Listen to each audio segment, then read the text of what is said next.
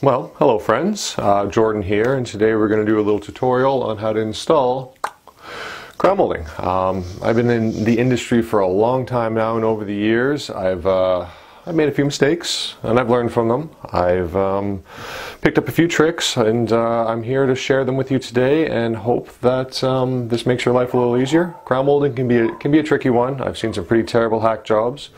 But I'm hoping to help you out here, and let's make it a little smoother, okay? So, without any further ado, let's do it. Today we're going to show you everything from doing a standard inside corner to an outside corner with an off angle. We're going to cover how to do a seam when your crown molding is not long enough for your wall, and how to do a nice return. First things first, find your measurements. I always measure about 3 inches down from the ceiling. Reason being, that's where the crown is actually going to sit. Drywall corners can really vary. Once you got your measurement, I suggest writing it both on a wall and a piece of paper for your reference. Another little tip, it's always best to round up about 1/2 16th or so, because once you've cut your piece, you're basically stuck with it. You can, after you fit it, you can always trim off a little bit, but if it's too short, you just wasted a piece and wasted some time. Next step is to find your saw setting. First off, never assume a 90-degree corner is actually 90 degrees. As seen here, it's actually about 1 degree shy of a perfect corner. I know it doesn't seem like much, but it's more than enough to really throw off your miter, and you're going to spend all this time tweaking it and bending it and just trying to make it right, and in the end you're just going to fill it with caulking, and it's just not going to look professional. A perfect fit is actually quite easy to find if you have the right tools and know-how. All you need is a T-bevel and a saw set carpenter's protractor. Simply place the T-bevel in the corner and transfer it over to your saw set. Then bam, you got yourself the perfect saw setting. Okay, now it's time to start cutting. First things first, set your saw to the correct setting which you found on your saw set. After that, simply place your crown molding where it's supposed to be and make your cut. Take your time, watch your fingers, nobody wants to be called stumpy. Another really important thing here is I've got, as you can see there, I've got these jigs that hold the crown molding in place up against the fence. Very important to have. If you don't have one, you can't really hold it manually. You're not going to be accurate. So I highly suggest either getting one of these rigs, or you can make one yourself. Check YouTube, you'll find something for that. Now before you start gluing up your molding and breaking out the nail gun, it's very important to do a dry fit, just to make sure that it's not too long, not too short, and you can make adjustments after that. Once you've realized that it fits and everything's okay to go, it's time to start gluing. It's very important that you glue all ends and all sides of the crown molding itself. The inside miters, outside miters, and everywhere where it touches the wall. It's not the nails that really hold the molding, it's more the glue, because once the glue dries, that's where it's going to stay. Something I see all the time, and it really gets me going, is when people put their crown molding upside down. A lot of people don't realize that it's the more detailed cove always goes on the bottom when you place it on the wall. Okay, now that you're all glued and ready to go, it's time for the fun part, time to install. So a couple little things to point out, I guess.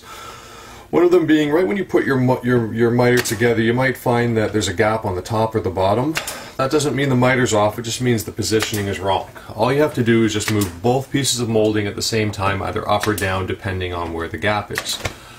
You can figure it out as you go along. Just sort of tweak it, take your time, play with it, and just try and stay relaxed. Don't get anxious. Once you've got your miter just right, pop a couple of nails right into the corner itself, and then sort of work your way along and go from there. So yeah, in a perfect world, you should probably always try to hit your studs. Sometimes you can't find them, sometimes they're not there in the ceiling. Just make sure to get the ones in the corners. Get a stud finder and mark them if you can. If not, then you hit your nail on a bit of an angle, and the glue is going to do the work in the end, like I said earlier, so don't worry too much if you can't find the studs. And always make sure to get your glue cleaned up while it's still wet. Don't walk away and continue on and let it dry on its own, because it is so much more difficult if everything hardens and you have to pick it out with a knife. Now when you're not doing two short pieces, or at least a long piece and a short piece, say if you're doing two long ones, it's good to build a sample piece like what I'm doing here, where I'm just cutting another piece at the exact same angle, and I use that to sort of tweak around and dry fit and make sure that I have the miter or my corners in the right position. Then I'll just nail the rest of the board in, and that way my next piece, when I put it in, it's going to be a perfect fit because I used a sample.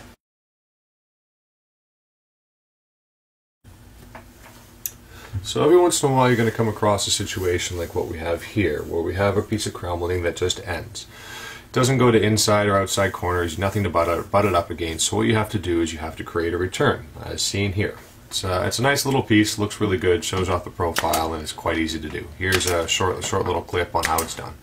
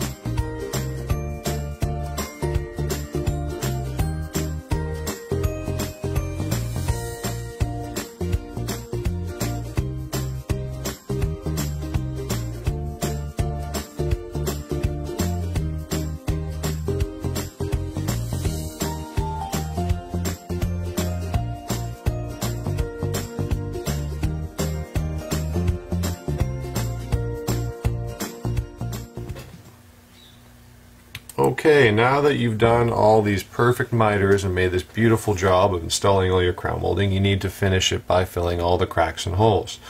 This is actually very important. If you mess this up, it doesn't matter how good of a job you did carpentering it, it's going to look terrible. So a couple things to point out. You really want to make sure to ooze your caulking, like push it in. You don't want it just to sit on the surface because it's going to wind up opening up over time if you don't fill in those cracks. Make sure to have a wet sponge with you at all times. Keep your fingers wet, but not too wet. If you saturate it too much, you're going to find that it's going to sink in after it dries. So keep a wet sponge, keep a wet finger, but not too wet.